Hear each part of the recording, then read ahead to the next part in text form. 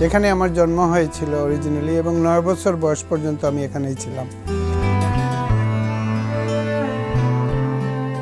তো আমি 23 বছর বয়সে বিদেশে চলে যাই, কিন্তু অ্যাবাউট ইয়ার 2000, আবার 24 বছর আগে আমি দেশে ফিরে আসা শুরু করি এবং এখানে ঘরবাড়ি বানিয়ে আমি আস্তে আস্তে এখানেও থাকা শুরু করি।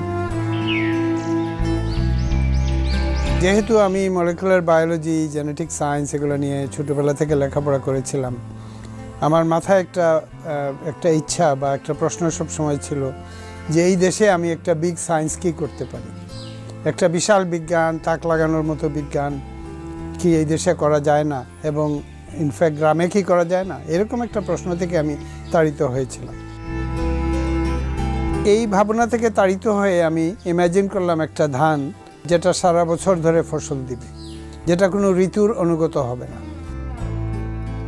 আমাদের বর্তমান যে ধান ওরাইজা সেটাইভা, এটা হচ্ছে কাল্টিভেটেড রাইস, এগুলা চিরঞ্জীব ছিল এবং মাঠের সব সময় এগুলা হতো। সেখান থেকে মানুষ সিলেক্ট করে মেবি 15,000 বছর আগে, কেউ জানে না এক্স্যাক্টলি কখন, এই ঋতুর অনুগত ধানগুলা তৈরি করা হয়েছে। বুড়োর ধান, আউশের ধান, আমনের ধান, বিভিন্ন সিজনাল বা টেম্পারেচার এবং রেইনফলের প্রতি একটা রিলেশনশিপ এদের আছে, যার ফলে বুড়োর ধান আউশে হয় না অত ভালো, আউশের দানা আমনে হয় না ভালো। এইভাবে বাছ বিচার করে ধানগুলা নির্মাণ করা হয়েছিল 1000 বছর আগে। তো আমি ভাবলাম আমি এমন একটা ধান তৈরি করব যেটা বুড়ো দিবে, তারপর আউশ দিবে, আবার আমন দিবে। একই ধানের শরীর থেকে এই 3টা ফসল পাওয়া যায়।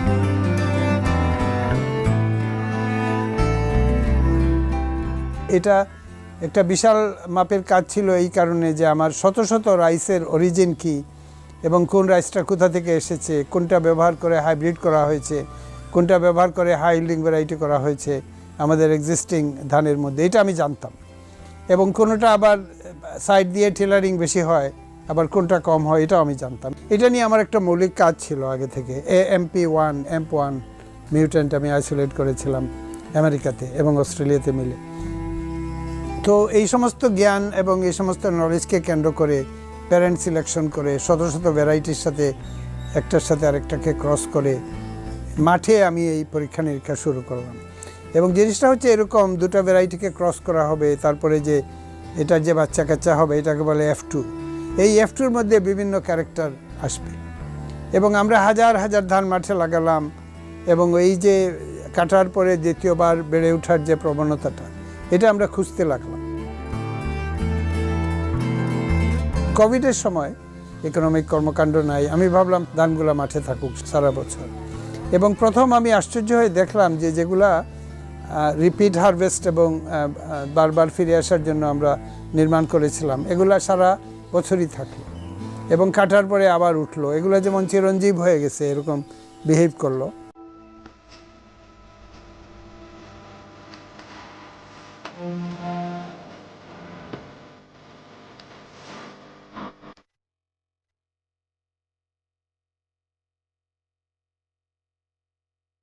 এই যে আমাদের এই যে ধানগুলা দেখতে পাচ্ছেন, এগুলো আমাদের পঞ্চব্রীহি ট্রায়াল এখানে দেখা যাচ্ছে। এগুলা সুগার কেনের মতো দেখাচ্ছে, মানে অনেক বড়। সারা মাঠে এরকম ধান নাই যে এটা পরিষ্কার এখান থেকে দেখা যাচ্ছে।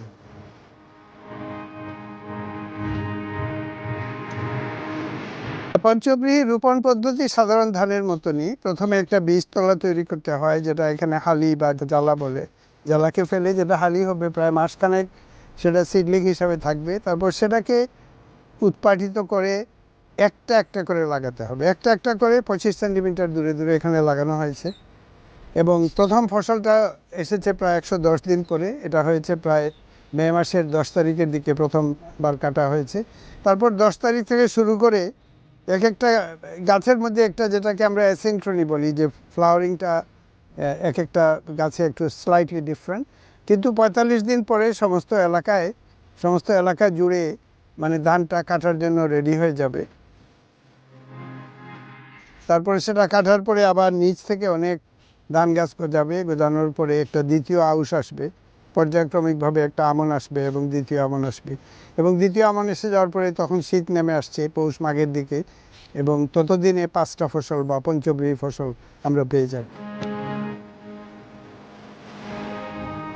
35 সেন্টিমিটার উচ্চতায় কাটতে হবে। কাটার পরে নিচ থেকে এবং মাঝারি এলাকা থেকে আপনারা যদি দেখতে পান যে বিভিন্ন জায়গা থেকে এডিশনাল প্যানিকল বা হিজা, যেটা লোকাল সিলেটিতে বলে প্যানিকল বেরোচ্ছে। এবং আপনারা যদি গুনেন দেখবেন অনেকগুলো প্যানিকল এখানে আছে, একটা একটা করে গোনা যায়। যে প্রথম ফসলে যতটা প্যানিকল ছিল, এই দ্বিতীয় ফসলে প্রায় সেই পরিমাণে প্যানিকল আছে।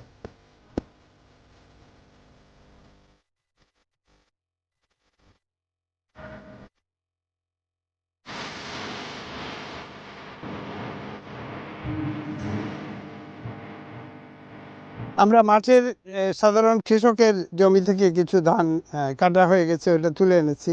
আপনারা এটা শিকড় দেখেন। আর এখন পঞ্চব্রীহি টাইপের যে ধানগুলো, ওইগুলো শিকড়, সেটা আপনারা দেখতে পাচ্ছেন রুট সিস্টেম কতখানি তফাৎ এটার থেকে। এবং সবথেকে ইম্পর্টেন্ট হলো এই যে সাইড দিয়ে যে শ্যুটগুলো গজাচ্ছে, আপনারা দেখতে পাচ্ছেন যে অলরেডি সেকেন্ড শুটিং শুরু হয়ে গেছে নিচ থেকে। এবং এই গাছটা আগামীতে উপর থেকেও শুটিং হবে, নিচ থেকেও শুটিং হবে। এবং গাছের যে কাণ্ডটা একটা বিশাল মাপের, সমস্ত স্ট্যাম এবং সব কিছু শুধুমাত্র একটা চারা থেকে এটা হয়েছে। সাধারণ যে ধান মাঠে লাগানো হচ্ছে, এটার শিকড় আর পঞ্চব্রীহি শিকড়ের তুলনামূলক যে চিত্র এখানে তুলে ধরা হয়েছে।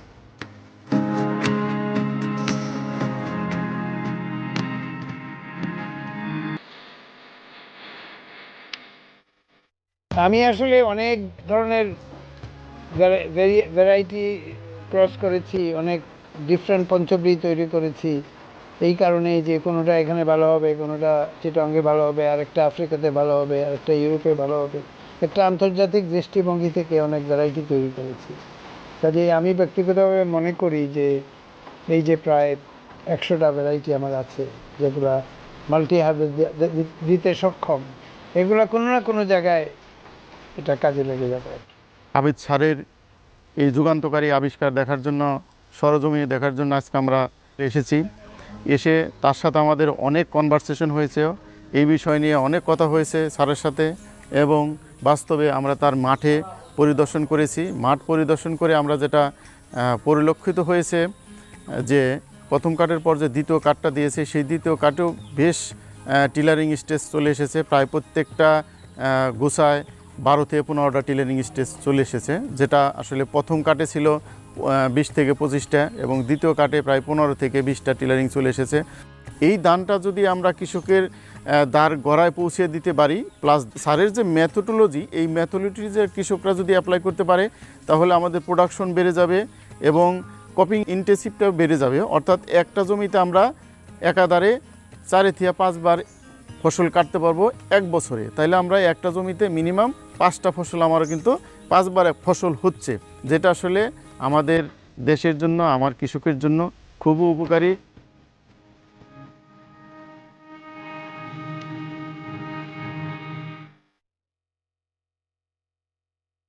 গবেষণাটা তো হয়ে গেছে, ভ্যারাইটিগুলো হয়ে গেছে। এইবার আমরা অনেকগুলো নতুন ভ্যারাইটি তৈরি করেছি এরকম সিলেকশনের মাধ্যমে। তো এইগুলো এখন আমাদের মাঠে ট্রায়াল হবে, সন্নিহিত বিভিন্ন গ্রামে এলাকায় যেখানে আমি জমি নিতে পারি। মাল্টি লোকেশন ট্রায়াল, বিভিন্ন লোকেশনে আমরা ট্রায়াল করব। এটা শুধুমাত্র বীজ বিতরণ করে দিলে এটা হবে না, কাজেই আমার সহকর্মী আছেন, তাদের তত্ত্বাবধানে এটা করতে হবে। তারপর আমরা এটা আমাদের এলাকায় করব, বৃহত্তর সিলেটে করব। তারপর সরকারের সহযোগিতা নিয়ে বা যারা নীতি নির্ধারক আছেন তাদের সহযোগিতা নিয়ে এটা হয়তো বিভিন্ন জায়গায় ট্রায়াল হবে এবং সবাই যদি বলে এটা ভালো, তখন এটা ছড়িয়ে যাবে।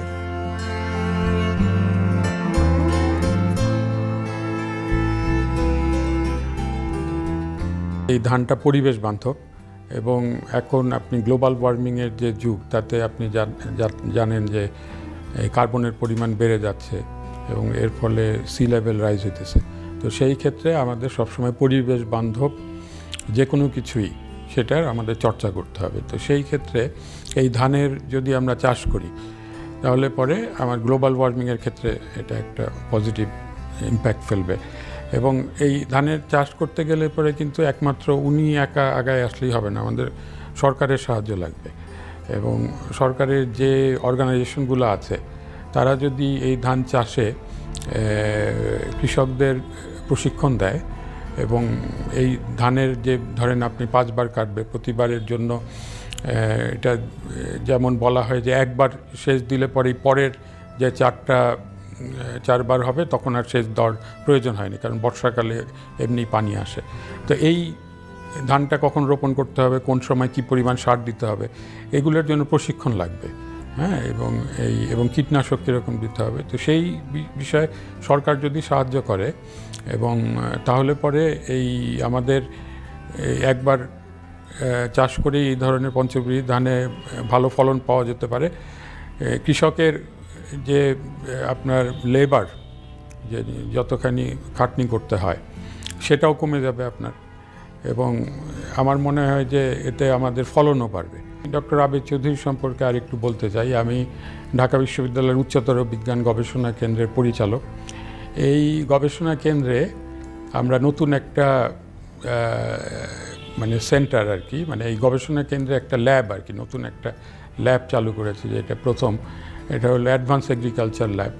এবং এই ল্যাবে আমরা খুব সৌভাগ্যবান যে আবেদ চৌধুরী, ওনাকে আমরা ভিজিটিং সায়েন্টিস্ট হিসেবে পেয়েছি, এবং আমরা আশা করি যে ওনার দিক নির্দেশনায় এই ল্যাবে আমরা এই ধরনের কাজ করব, কৃষি বিষয়ক গবেষণা করব, এবং ঢাকা বিশ্ববিদ্যালয় এই বাংলাদেশের কৃষিতে একটা বড় অবদান রাখতে পারবে।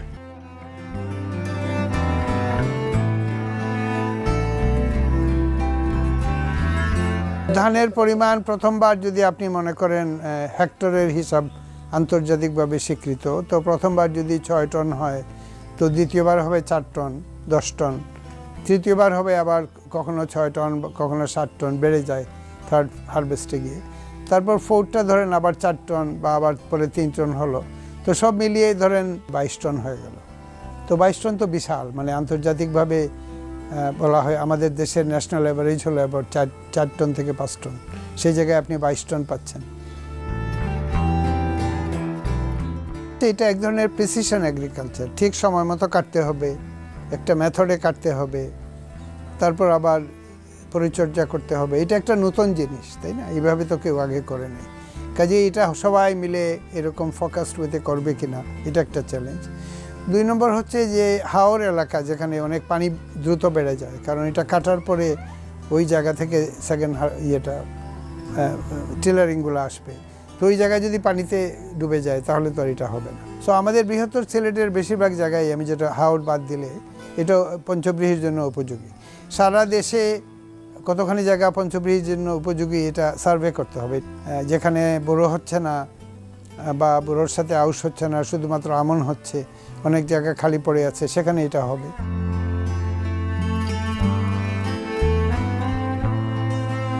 আমি এটা কিন্তু ক্ষুদ্র কৃষককে চিন্তা করে করেছিলাম, যে কারো 1-2 বিঘা জমি বাড়ির পিছনে আছে, তার এইভাবে বিশাল ধানগুলো হবে, সারা বছর ধরে তার একটা খাদ্য নিরাপত্তা থাকবে, দরিদ্র বান্ধব একটা কৃষি ব্যবস্থা। এটা ধানগুলো অনেক সাধারণ ধানের চেয়ে অনেক বেশি শক্তিশালী, এটা কোনো কিছু এসে এটাকে কাবু করে ফেলবে এই অবস্থায় নাই।